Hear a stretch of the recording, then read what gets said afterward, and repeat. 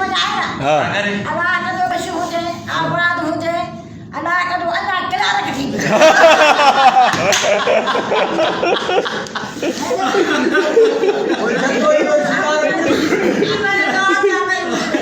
अरे बखे अंदर तक कोटर पानी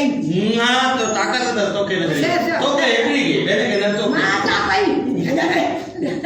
माता ये पुत्र का मनदम हां माजो पुत्र का था मनी चावा तो पुत्र हो दे माजो माता के दुआ करना कुरान पढ़ने जाने दुआ करना नको माबू मजा बचड़ा हेडे ते ताकि तू हर के जा करी